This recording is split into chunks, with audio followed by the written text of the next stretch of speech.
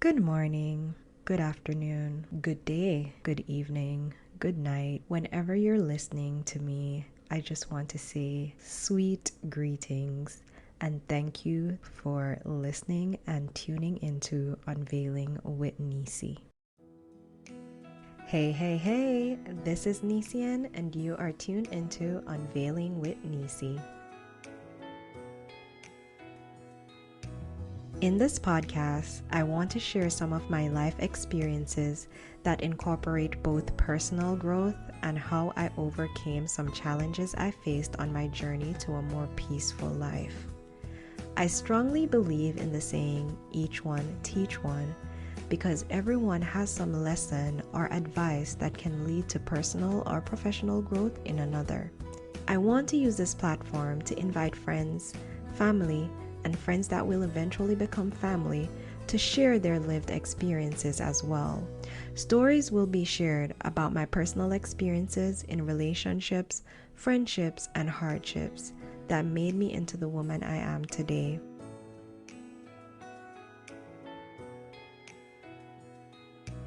There will be difficult conversations and there will also be easy ones, but the difficult ones are what I love to share. Through difficult conversations, we can find answers that we never knew we wanted. These answers bring us both peace and some level of acceptance, in my opinion. So come on a journey with me as I create space not just to release through conversations, but to also have you as my listeners take something away at the end of the discussions.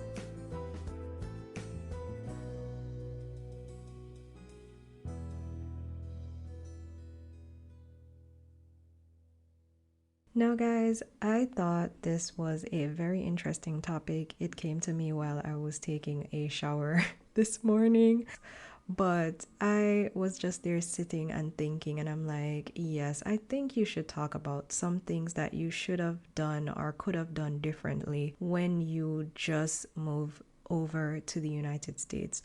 So if you don't know, I came over on a program that recruit nurses to work in the United States. When they recruit you, it's not like you have a choice of where you get to go. Of course, it would be nice, and I think sometimes if you have a suggestion, you can always give them, but it doesn't mean that you will be placed there, especially when there is not a need. But guys, I just wanted to drop a few gems about some things I wish I had done differently, and I'm also going to talk to you why I think I should have done it differently. So let's get started. Now, obviously, when you are getting ready to go to your state of placement, you're going to need to find an apartment.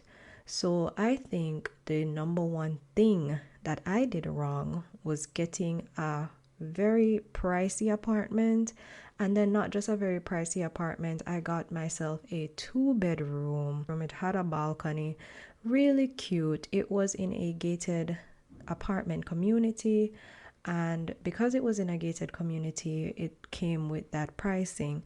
They had a saltwater pool and they had a volleyball court. I mean, this was a really cute place. However, I was paying roughly $1,200 a month.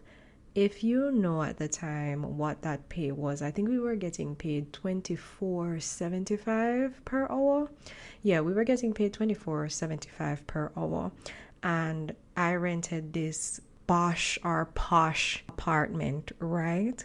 And obviously, the paycheck was not paychecking, okay, for me to be living there. So, yes, I wanted to be safe. Yes, I wanted to have a 2-bedroom. In the case I get visitors, they don't have to sleep in my room. But I got that 2-bedroom, and I can count on one hand my family members that have visited and stayed in that apartment. Um, I wish I had gotten a 1-bedroom because at the time you could get a 1-bedroom for roughly 800 and something dollars or 700 and something dollars in the same area. I'm not talking about in that apartment complex, but in the same area. And also those places were also gated. Just like any apartment, you rent an apartment and the front gate is broken. I was paying a price tag and I would see the gate broken sometimes, just like the other ones that were renting for 800 and something dollars or 700 and something dollars.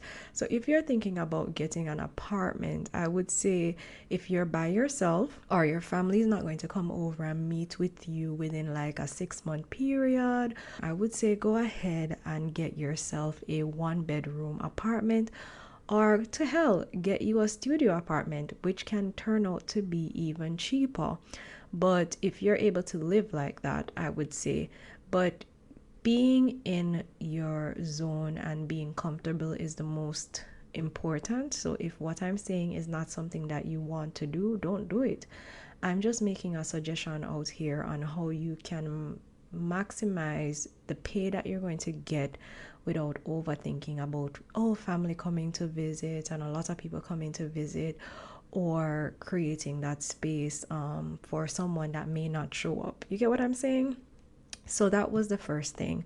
Make sure your apartment that you're going to be renting works out to where your paycheck is able to, pay for it and you still have money leave over. The next thing is once you get that apartment, you're going to need furniture. Furnishing can be a little tricky because why I say tricky, when you are on the program, anything can happen. You are on a probation period. So for example, you get placed somewhere and you are there working and you feel good in yourself, but the people that you're working with is just not on the same vibration or on the same wavelength as you. Maybe they feel like you're not doing what you're supposed to do, or you're not picking up how they thought you would pick up and stuff like that, and they decide that this is not working between you and them, then the program that you came over will have to find a different hospital for you to work. So it can be anything. I'm just using that as an example. Like, if it's not working out between you and the hospital, if you have personal issues with the hospital as well, I'm not just saying it's one-sided. You can have issues with the hospital, or the hospital can have issues with you, and it's just not working out, and now you have to leave. Sometimes, wherever you're placed, there is not another hospital close or within that region. Sometimes there is a need in a different state, and that program that you came up on will let you know that, look, because this happened, we're going to have to move you to this state. So for example, you're working in Texas and they be like, look, it's not working out. They will move you from Texas all the way to Georgia. So be mindful about these things, because if you know Texas and you know Georgia, it's a good distance away. And remember, we come from a little island where you can drive 5, 4, 6 hours, go across one point to the next point. Some of these driving is over 12 hours, okay? Over a day, over 2 days. So if you fully furnish your apartment and it's been 6 months or 4 months and they be like, look, it's not working out, and you have to pack up and leave, be mindful of these things. So for example, when I just came over here, I was sleeping on a box spring and a mattress for the first 6 months of my life living in the United States, because I knew that I was going to be moving after 6 months, whether it be moving to a different apartment that was cheaper, or in the case that the hospital doesn't work out, I don't have a bunch of things that I need to get rid of. So I lived on a box spring and a mattress in that 2-bedroom, and I had the, what do you call those plastic containers. I got them from Walmart, and I had my underwear in it and my undershirts for work. Everything else was hanged up under my closets, and I bought a 32-inch TV just to have in my room for entertainment. And then I didn't buy a couch or anything, because basically I was just living in my room. So I had this, when I said gorgeous, I had this gorgeous apartment, and I was living on a box spring, a mattress, and my little plastic container with my underwear and stuff. and my 32-inch TV and everything else, my clothes and stuff, was all under the closet. There was nothing in the living area, literally nothing. I think I used that space to like do little workout in that area. Basically, it was basically the rest of the apartment was basically flex space. Okay. And then I did not buy a dining room table because the apartment had a really nice island. So all I did was purchase bar stools and put under the island, and that was where I would sit and eat. So yeah, you can see where I wasted money getting this apartment, but that I did not really fully utilize. Okay. If you're still tuned in, I want to say thank you. But I also want to remind you, while you are here, remember to follow the podcast so you can be notified whenever I post a episode, okay? We touch on the furnishing part. Do not over furnish. Do not go into the furniture store and let anybody talk you into buying overpriced items, because you are going to be the one to tag that bill. So for me, I just wanted to make sure that I slept very good. So I got a very comfortable bed, mattress, and box spring. I got a very comfortable mattress from Mattress Firm, and I just got a regular box spring, and I stick to queen size. I didn't want anything bigger or anything smaller. That was the plan as it relates to furnishing. I did not want to fully furnish because I was in a probation period. I knew that if something happened, I would have to get up and move. I eventually knew I was going to move anyways, because once I got into the apartment, I know that the paycheck did not look like how I wanted it to look because of taxes and social security and all of that. So I knew I was going to move to a different place in 6 months. So I had that in my mind. So it was not an uncomfortable way to live for me, because I kind of set that up in my mind, right? So we're going to move on to cars, right? So when you come over, you are expected to get a car. The company will help with the whole bank process, creating a bank account so you can get a car loan. Most times, in my time, they actually urge you to buy a brand new car, because you will be going, for example, I went to Oklahoma. You don't know the place. You maybe don't have family and friends around that area.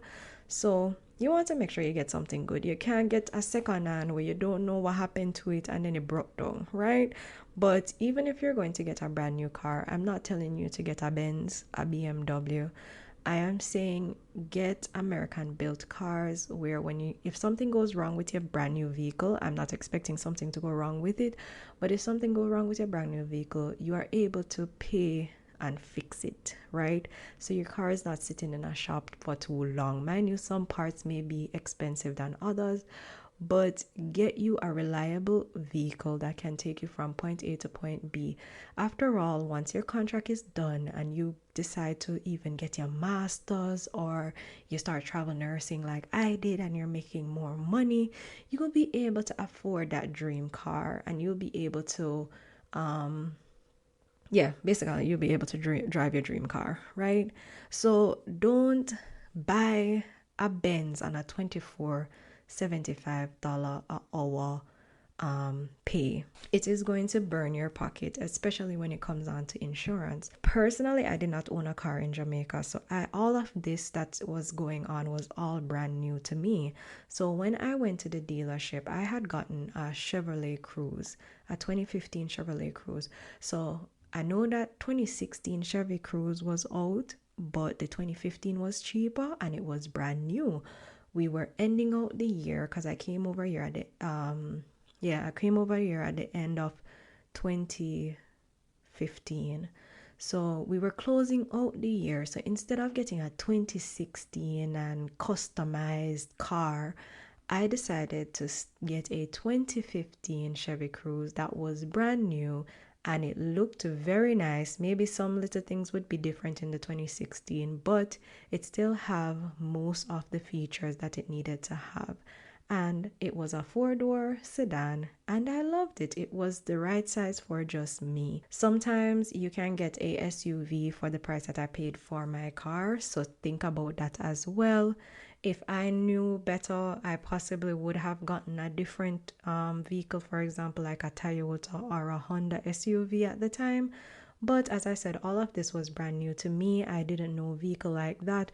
So if you have resources and know people, reach out to them and talk to them. So for me, that was coming over here alone, that didn't have a husband or knew anyone, I just decided to get a brand new vehicle, stick to that straight and narrow, and make sure that, if something go wrong and I take it to the dealership, at least I can pay to get it fixed, right?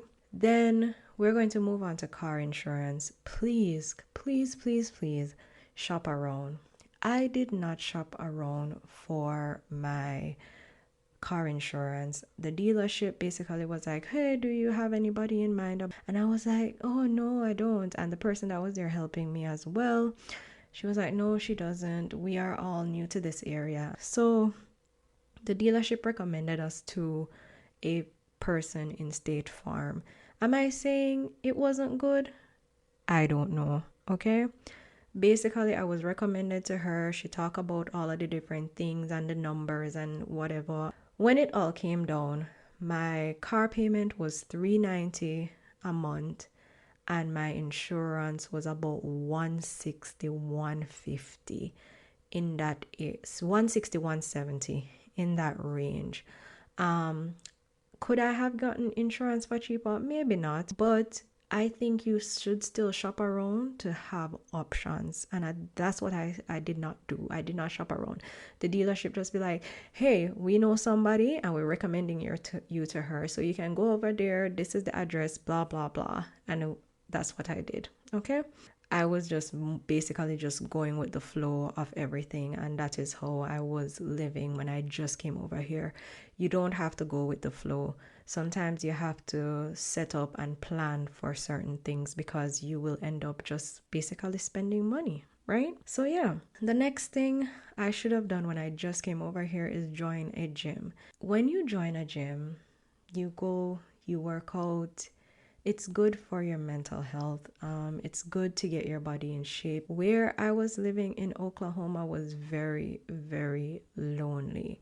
And there was times where I was just laying in my bed looking at the Tinker Air Force Base because my apartment was across from the Tinker Air Force Base in Oklahoma. So I was just looking over there because they had all the pretty lights and I was like, what am I doing with my life? I was living in my head for a good couple weeks before I finally joined a gym and started going to yoga and working out and doing all of these step classes and Pilates classes, and I found out about pole fitness and I started doing pole fitness. And although I was doing most of these things alone, it was good for my mental health. I wasn't living in my head. I had things planned on my days off that I would do. So join a gym, get active, get physical, get moving, and then if you look good, you're going to feel good. So that was another thing. So go to the gym, work out, love the body you are in, because sometimes when you're not around places that you're familiar and your friends are not readily available to have a powwow with, it is not the easiest thing. Okay, another thing, don't go shop crazy. There is sale every freaking day in the United States. There is a sale every evening, possibly every evening, but there is a sale every season. There is a sale every holiday. There is a sale on weekends. There is a sale during weekdays. There is online sale. So don't go sale crazy. Don't make this country create this missing out kind of thing, because they love to be like, oh, the feeling of missing out, or FOMO, feeling of missing out. Yeah, FOMO, right? Don't let that be why you are shopping. Make sure that you plan for things that you need to purchase. For example, for me, I buy my biggest technologies. Like, for example, right now we need a monitor in our office space in the house. I am not buying that monitor until it's closer to Cyber Monday. That is when I purchased like tech stuff. But I don't buy those things until Cyber Monday. Yes, there's going to be many different sales, but I realized that that sale works out for me. So all I'm saying is just plan for when you want to purchase things. Don't just purchase because there is a sale. There will always be a sale, okay? So don't go sale crazy. And the last thing I want to touch on is please invest in your 401k. If the program that you came over on is still offering it, invest in it. Maybe you can't go up to the match right now, which may some people matches as low as 3%. If 3% is what you can give, give it. If 2% is what you can give, put it in there, because your 401k does maximize over time. And I would advise you, I wouldn't say sign up with a financial advisor, because financial advisors will come in and talk about, oh, just a percentage of blah blah blah. And from personal experience, she told me just a percentage. And when I took the time out to sit and look at some of my statements, this is when I worked with a financial advisor. This is not about the program, okay? This is not about the program. I'm talking about years after, when I decided to get a financial advisor. She was talking about her payment is just a percentage of whatever. And basically her percentage was like 500 to buy something, like buy a share in something, and 300 and something here to buy a share in something. And I was like, no, that is way too much money. But I'm not going to dive into that. What I'm talking about is investing in your 401k, whether that be 3%, 4%, all the way up to 8%. Right now, I am at 8%. But it's because it's my company's match, and I love investing in that. That's my retirement. Okay, that is my retirement, my 401k.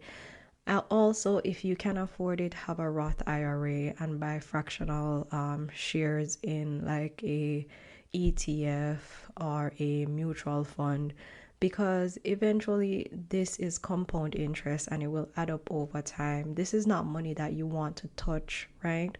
If you know that you are trying to save, just create an emergency fund just in case emergency happen, and open a savings account that is considered your spending account, okay? Make sure you have these different accounts, because it will help you in the long run. Invest in your 401k. If you can, get a Roth IRA. If you have additional money that you can put in a Roth IRA, open a Roth IRA. And all of these things you can get, you can research it. All of these things I researched. I just looked online, watched YouTube videos, educated myself, and bought books. Bought a lot of different financial books that teach you how to invest. Okay, so again, get you a 401k, get you a Roth IRA, or a traditional IRA. You can start off with the Roth and then go to the traditional as well. Not go to, but also have a traditional as well. If you have a HSA, make sure you utilize your HSA account. And if you get a card, you have items that you can purchase in the pharmacy, especially when you have your prescription. You can use that HSA card, okay? When you go to a doctor office, you can use that HSA card, okay, for your copay. So please be mindful. I did not have a HSA at that time, but just be mindful. If they offer you a HSA card, you can use it. Read up what you can use it for, look up videos what you can use it for, and use it. That is your money. Don't have it just sitting there. I don't know much about FSA, so I don't speak on it, but if your company have a FSA, read and research about FSA. And have an emergency fund. At least start off with an emergency fund of $1,000, and then once you hit $1,000, try saving for it to reach up to 3 months living expenses or 6 months living expenses. All of these things will help you in the long run.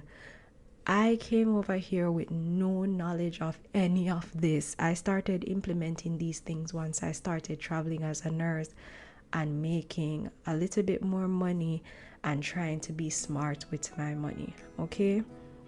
So guys, I hope this session or this episode helped you in some way, shape, or form. If you want more information, just shoot me a question on Instagram. You can find me on Instagram at Nisian's Journal, and you can find me on TikTok, Nisian's Journal, or you can find me on Facebook, Nisian's Journal. And I'm also on YouTube as well as Nisian's Journal.